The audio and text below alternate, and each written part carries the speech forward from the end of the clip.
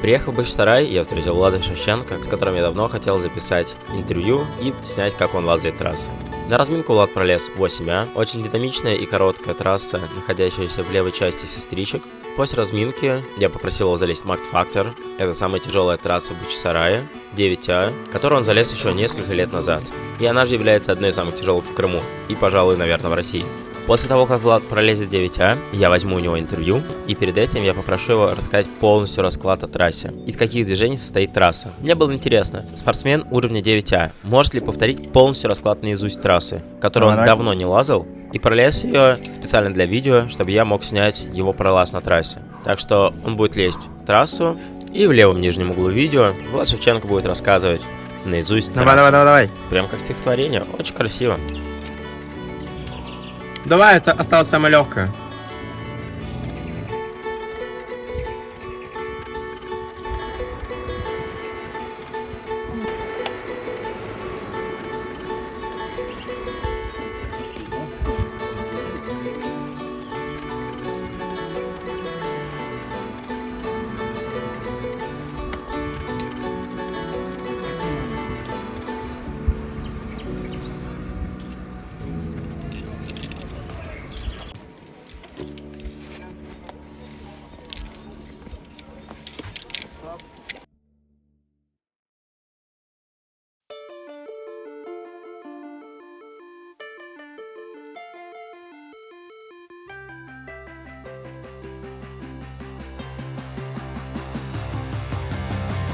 С пассивной полки переходим на хорошую такую зацепку, щелкаем первую оттяжку.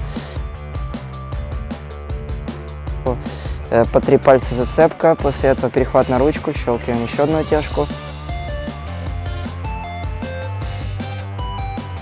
После этого маленький мизерок, подставляю высоко пятку, делаю движение опять на хорошую полку, с нее щелкиваюсь, на ней стряхиваю.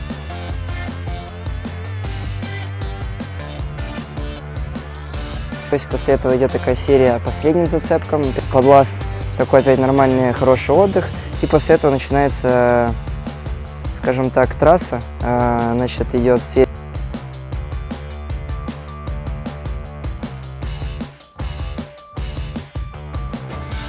движения в крест,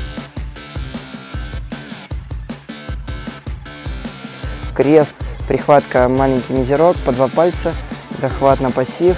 С ним меняешься. Здесь можно последний раз стряхнуть руки нормально. Но как бы не сильно отдых, но при этом можно просто руки помагнезить перед ключом. Потом правой откидку. В нижнюю зацепку левую ногу поставляю под себя на такую скошенную зацепочку пассивную. Правую высоко в зацепу. Беру подхват, выкатываю. Главное, чтобы в этот момент была нога не вот здесь, как рука, потому что ты не вывернешься, а именно вот тут. После этого перехватываешь очень плохой маленький мизер по 3 пальца. После этого выворачиваешься, подставляешь левую ногу, прихватываешь маленький зацеп по 3 пальца, дохватываешь на дырку по 3 пальца, там, ну 2-3, у кого как. У меня 3 влазит. Вот. И потом, значит, после этого щелкаешь оттяжку. И здесь нужно максимально напрячься, то есть с такого неудобного положения подставить ноги высоко, скрутиться и сделать динамичное движение на пассивку, которая держит щипком. 3 пальца и большим поджимаешь. Потом маленький мизер по 3 пальца, хорошая зацепка в целом, такая полочка, 4 пальца. Откидка 4 пальца, дырка 3 пальца, дырка 3 пальца. Щелкиваемся, здесь 2 оттяжки сразу. После этого здесь немножко можно руки стряхнуть. После этого идет маленькая мизерка по 3 пальца, немного подолбленная. После этого идет щипок, маленькая дырка по 3 пальца, динамичное движение на хорошую полку, такую с фалангу, может 1,5. Потом после этого идет откидка, после этого идет дырка по 3 пальца, весьма неплохая. Поставляю высоко ногу, здесь надо было щелкнуться, да, уходим. Поставляю высоко ногу в руку, выкатываю, беру движение мизер, перехватываю на плечо, беру ручку. На ней смениваюсь, беру далеко, вщелкиваю тяжку, можно упасть. Надо аккуратно делать.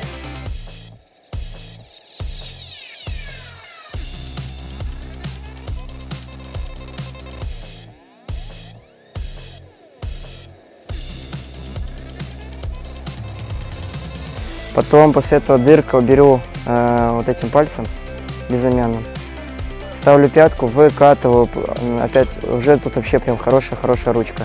На ней отдых, пит-стоп, и после этого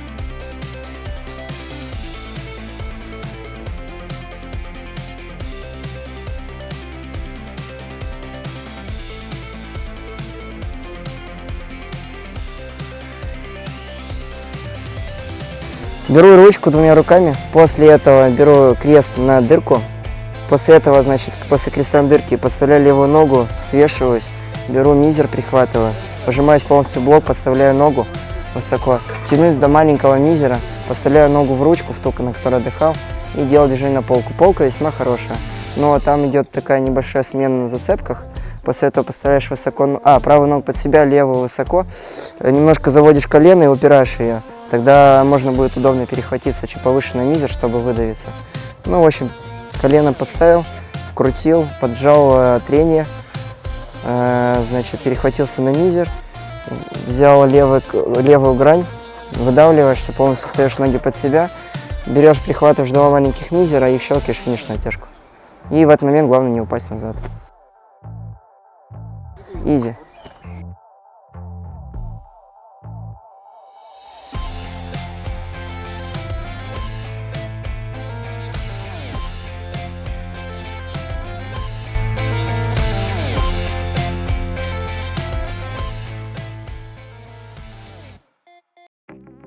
Бахчисарай — это уникальное место не только потому, что тут много скал, а потому что скалы в очень близкой доступности к дороге. По центру ущелья идет дорога, слева и справа домики и сразу же скалы. Вышел из домика, сразу попал на скалу. Сейчас мы пролетаем над сектором Мир. Это один из самых популярных секторов для новичков. Трассы здесь невысокие, 6-8 метров. Очень много простых. Пятерки А, Б, С, шестерки А и есть трудная трасса 7А. Но для трудных трасс есть более интересные сектора с более длинными трассами.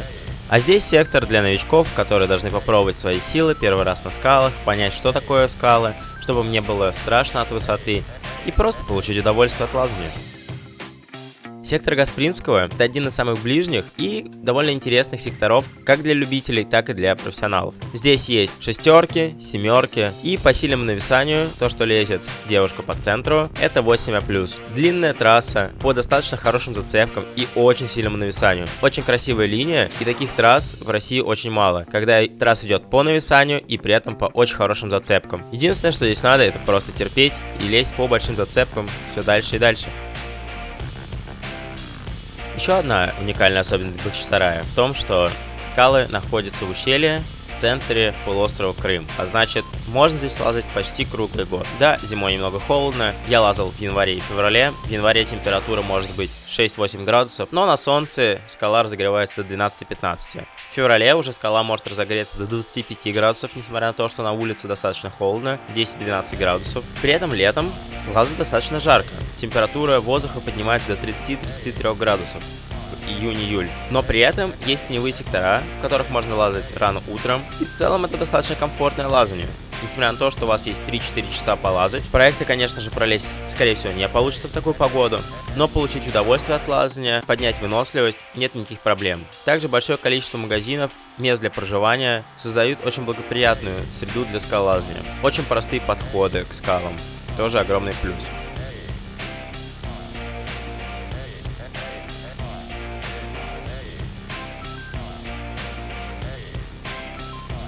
Возвращаемся на сектор Сестрички и посмотрим, как Катя Киприянова залезет в 8А массу. Это ее вторая попытка. На первой попытке она разложила трассу полностью. И вторая попытка на пролаз.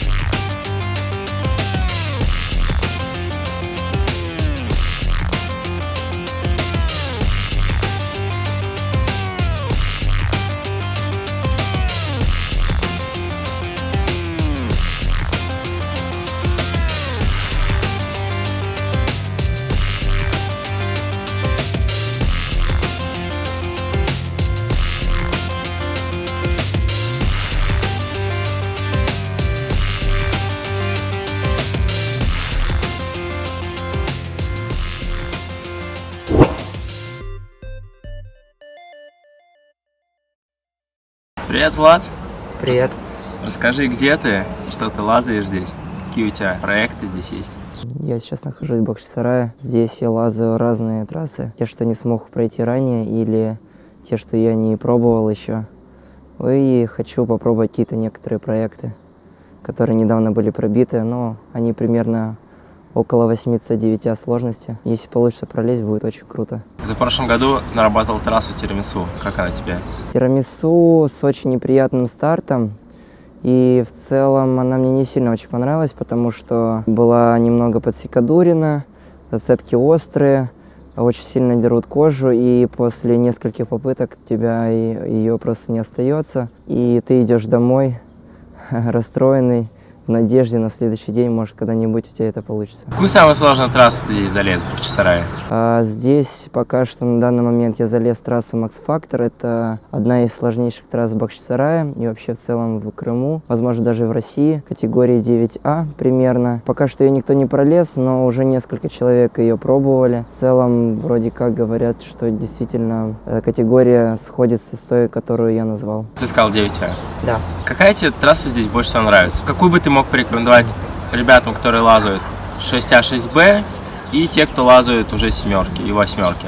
Ну, если восьмерки, то, наверное, конечно же, в первую очередь это баллон, сектор. Там он более такой уже устоявшийся в плане категорий. Зацепки редко когда отламываются, в основном все же такое пролазано много раз. Еще также сейчас недавно лазил вот на Гаспринского, здесь рядышком сектор напротив меня. Там отличные трассы есть. Есть трасса 8А+, интересная. Недавно я вот ее пролез. Много интересных 7А, 7С. Также есть интересная 6С. В целом Гаспринского, я считаю, один из самых интересных секторов.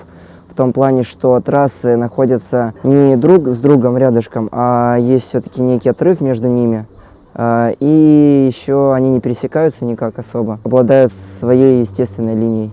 И все трассы в основном по естественным зацепкам. Расскажи, когда ты приехал первый раз сюда, в Бахчисарай, и почему именно сюда приехал?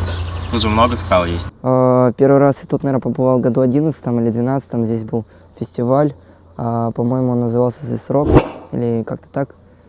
Здесь собрались одни из сильнейших спортсменов Украины. Возможно, кто-то из России приехал, я уже не помню, был маленький. Трассы проходили, в основном квалификация была и финал, 2 раунда. Квалификация проходила на секторе стадион, новый сектор, который пробился под этот фестиваль именно. Конкретно. Сергей Черевко его пробивал вместе, возможно, с какими-то ребятами, точно не могу сказать. Но знаю то, что была проложена большая работа. Финалы проходили на секторе Баллон, трасса Шальные объятия. Давалась одна попытка на опробование, так как это скалы и много чего не видно. Каждому спортсмену давалось, по-моему, около 15 минут, что ли, на опробование. Они лезли эту трассу, насасывали. И после этого давалась одна попытка на прохождение. Ну и лучший результат записывался в карточку. А ты сам живешь в Ялте. Ты там все трассы залез? На скалах, которые находятся рядом? Ну, не все еще, наверное. Есть трассы, например, Christmas Party 9А, которые я все собираюсь залезть, но у меня никак не получается, потому что я действительно не могу туда доехать. Плюс как-то не хватает, наверное, того, что нет напарника, и все время приходится искать какие-то разные варианты, кооперироваться с кем-то. Но не всегда получается это сделать. Иногда выезжаю с своим тренером, первым Сергеем Темниковым, на скалы, но тоже не всегда получается, потому что он в основном сейчас тренирует малышей. Ну и в целом, когда ты тренируешь плеяду других спортсменов, уже, конечно, тяжело переключаться конкретно на одного спортсмена, особенно такого, как я, когда ты лазишь какие-то сложные трассы, это потому что всегда много времени затрачивает на прохождение или на попытку. А ты всю жизнь тренировался в Крыму. У тебя был какой-то напарник, с кем ты мог полазать, или ты был один?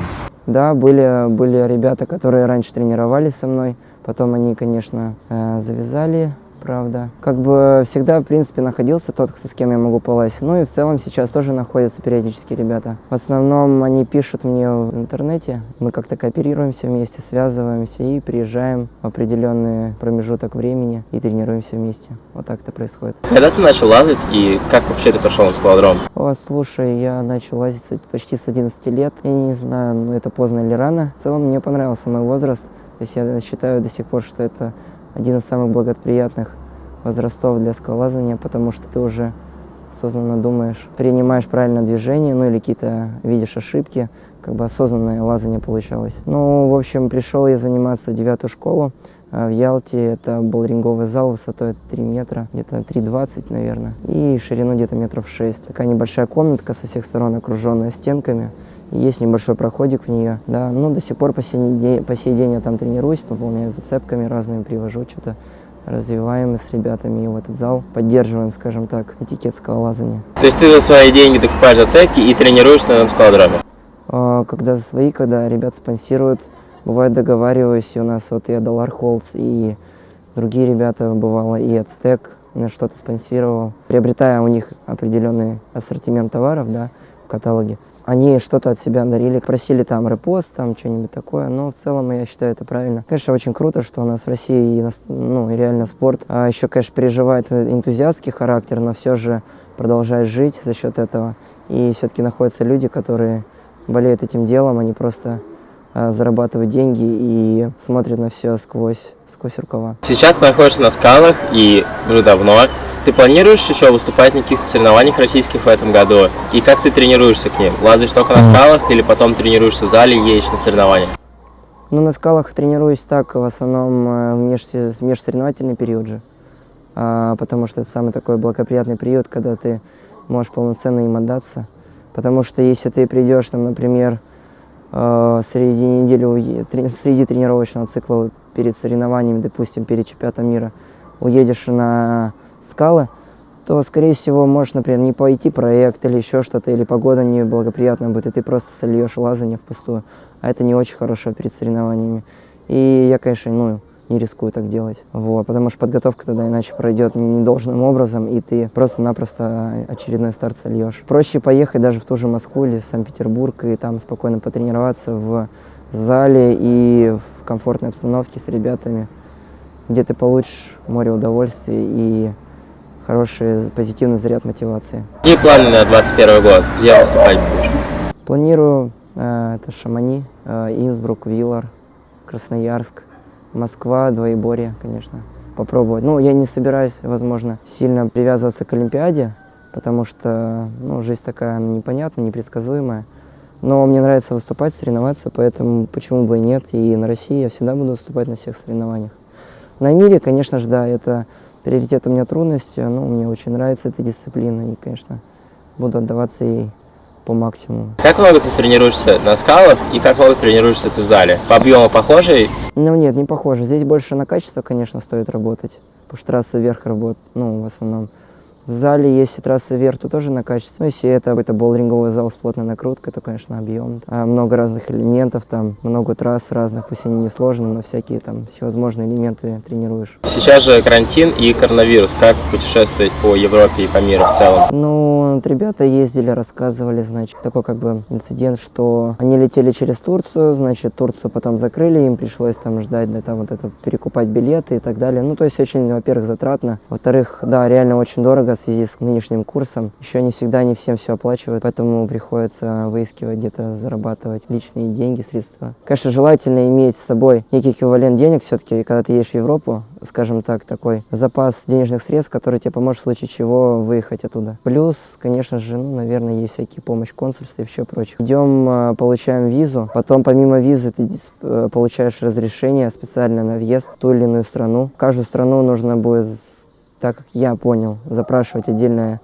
разрешение. То есть, например, едем в Швейцарию, запрашиваешь разрешение в Швейцарию, едешь потом во Францию, нужно и французское, едешь сначала там в Австрию, и австрийское еще. То есть надо подавать в разные консульства, конечно, это очень проблематично сейчас получается, и, возможно, скорее всего, на все этапы не получится поехать. Но это все реально, то есть реально поехать в другую страну? Да, реально, если есть приглашение, это, конечно, реально, но просто это очень долго будет. То есть лучше заранее подавать за месяц, за полтора, а лучше, может, даже за 2 до поездки. Какой район в Крыму для скалолазания ты считаешь хорошим? То есть на ком можно лазать и новичкам, и любителям, и профессионалам, и жить, чтобы недалеко от скал? Или по качеству скал, какие самые лучшие скалы в Крыму? Наверное, одни из самых лучших это все-таки, наверное, Уарчикая. Они не такие скользкие, при этом весьма такие шершевитые, острые. Но они шершавые из-за того, что там редко лазают, потому что это находится район очень далеко. Например, лазали на Крестовке, Алиме, Айниколе, там не зализанный район. Семис весьма шикарен в этом плане, что рядом жилье. А самый самый удачный, наверное, в плане жилья, доступного жилья, количеством доступного жилья, скажем так, да. И скалы, которые находятся вообще вблизи города, это, конечно же, Бахчисарай. А ты слышал про новый район Баштановка? Там соревнования планируют проводить. Слышал, да. Значит, район Баштановка находится чуть-чуть не доезжая Бахчисарая, там поворот будет в ту сторону, он в той стороне находится. Ну да, там уже есть какие-то сектора, уже есть, можете в Волклайме посмотреть, там, ну, с десяток трасс, я думаю, найдется. В основном там что-то шестерки, там, может, пару семерок. Ну, там сейчас большое обилие трасс будет, по-моему, думаю, около 40-50 к фестивалю, потому что недавно разговаривал с другом, и он говорит, что он будет там помогать в пробивке, и, скорее всего, я думаю, раз в том году не получилось провести, будет в этом году, но, скорее всего, в том году был, по-моему, объем, мне говорили, 30 раз должно было быть на фестивале. В этом году, я думаю, за счет должны увеличить, то есть будет, может, 40, может, под 50 трасс. Как тебе качество трасс со стороны видел? То есть они такие же, как Бахчисарая, или они повыше, побольше? Выше, гораздо выше, причем некоторые линии там мне говорили чуть ли не до 40 метров длиной. Но не знаю, как насчет там естественного, рельеф не видел, не могу ничего сказать. А ты будешь лазать только на фестивале или до этого тоже полазаешь как тестировщик? Планирую вообще уехать в Австрию тренироваться. Наверное, все сейчас мне об этом позавидуют. Вот, но в Инсбрук, да. Перед Кубками мира, конечно же, надо поехать. Но если не поеду, то, скорее всего, мы поедем либо в Воронеж, либо в Тюмень на сборы. Но все-таки на скалодроме будем тренироваться. Но желательно, наверное, все-таки, хотелось бы все-таки, наверное, в Тюмень, потому что Воронеж надоел уже там раз 6-й сборы или 7-й, как-то один и тот же стенд, одни и те же зацепки. Если бы как-то еще привезли бы других бы зацепок, я бы еще, может... А все-таки уже, конечно, поднадоело эти плоскости. Хотелось что-то новенького, вот. И недавно выступал на соревнованиях в Тюмени, мне очень понравился скалодром, то, что он весь нависающий, короткий, как вот, в принципе, как на Кубках мира. Ну, чуть-чуть, конечно, последняя плоскость подхрамывает, но в целом ничего страшного, я думаю, это терпимо. А как ты считаешь качество реконструкции скалодрома в Тюмени? Хорошее? Хорошее, я считаю, отличное. Ну, очень хорошая планировка. Возможно, да, может, чуть-чуть можно было бы вынос побольше. Там, получается, сетка идет таким образом нависание, потом 3 плоскости побольше нависания, потом 2 плоскости меньше нависания и вертикаль, типа. Ну, слабое нависание вообще прям. Градусов, может, 5-7. Конечно, бы хотел, чтобы там была вот одна, там-то 3 и вот 3. Как бы барабан продлевался на 3 сечения, 3, как бы. То есть недозавершенное нависание переходит резко в слабое нависание. Вот то есть так. поплавнее, чтобы был изгиб? Да, более поплавнее, да, он получает чуть-чуть более немного резко. Как будто по носу дали вот так. А как часто ты участвуешь на сборах? Почти всегда. Ну, мне так как-то, не знаю, везет, что ли. Очень меня часто приглашают. Сергей Иванович Сигов, возможно, там. Как часто они проводятся? С тренерским штабом. Часто, наверное, сейчас уже очень часто. Ну, так как я, видимо, может, считаю, что потенциальный спортсмен, поэтому, может, так часто и зовут. Но сейчас сборы в основном для Вики Мешковой проводят. И для Леши Рубцова, и Юли Каплиной. Но Каплина Юля, она у себя тренируется в основном в Тюмени и иногда приезжает к нам на сборы. А, конечно же, в основном сборы проводятся для балдрингистов и трудников, так как много трасс нужно для тренировок. Одни из сильнейших спортсменов России всегда зазываются на эти сборы и тренируются вместе с олимпийскими сборниками. А как ты оцениваешь соревнования, которые сейчас проводятся на России? Они стали лучше по качеству? В чем отличие от того, что раньше было? Ну, во-первых, появились европейские зацепки, появилась хорошая трансляция на соревнованиях. Появились комментаторы соревнований, что немаловажно. Всегда можно в любой момент отследить, ну, пересмотреть видео, отследить свои ошибки и так далее. То есть это стало очень удобным. Появился чат, люди могут задавать вопросы разного рода. Стал более такой открытый формат, скажем так, да, то есть люди могут интересоваться скалолазанием, что это такое. Появилось больше подготовщиков, стали платить им достаточно хорошую зарплату. После этого стали проводить курсы подготовщиков, где главные подготовщики обучают спортсменов, как крутить трассы, те, кто заинтересован в этом в дальнейшем, потому что как бы не все могут пойти по спортивной стезе, ну, в силу хватки, возможно, ресурсов скалолазания, либо денежных средств. Но в целом еще сами подготовщики всегда анализируют, что они крутят, плюс спрашивают у спортсменов их мнение, у тренеров, у главных тренеров у нас таких 3, Дима Шарафудинов и Игорь Гусак. Еще есть Сергей Иванович Сигов, Менделеевич. Постоянно они смотрят разного рода трансляции международные и стараются сначала крутить что-то похожее, но при этом сильно не заморачиваются, это что хорошо. Еще мне нравится в них, начали крутить такие трассы, когда ты лезешь без отдыха. Ну, то есть в основном отдохнуть негде. Резистанс. Я больше это называю лазание, скажем так, болдеринговыми упражнениями, то есть это когда серия болдеринговых элементов более упрощенной сложности присутствует в трудности, и ты их от элемента к элементу совершаешь, и покуда у тебя есть выносливость все это делать, ты лезешь. Ну и физическая это как бы такая появилась. То есть аспект гибкости появился, аспект в трассах. То есть раньше было просто, ты лезешь, устал, отвалился. Сейчас ты должен проявить и смекалку, расклад прочитать, полностью продумать. Должен гибкостью обладать, силовым показателем. То есть это должен у тебя быть сильное, развитое тело, здоровое желательно, чтобы ты не травмировался. Хорошие, сильные пальцы. Конечно же, у нас единственное пока что отстает, это уровень размера зацепок. Они у нас, конечно, побольше, чем в мире. Но это из-за того, что трассы сами все попроще. Трассы не проще, на самом деле. Возможно, иногда даже и посуровей. Просто хорошие зацепки, но жесткий болдеринг, а там больше маленькие зацепы, но без отдыха. Какие планы у тебя сейчас на Бахчисарай в ближайшее время? Ну, я здесь до 5 числа и планирую пролезть проект, находящийся в секторе Сестрички. Трасса идет там же, где Масса и Аса. Это две линии таких, соединенных в одну. И от них сделал Сергей Черевков в том году ответвление. Еще один из главных проектов Бахчисарая. Ну, сказал ориентировочно 8C, 8C+. Там посмотрим, что это за категория. Сегодня вот попробую. Спасибо тебе большое. Пожалуйста. Че, пойдем за шмаком, нет? Маком?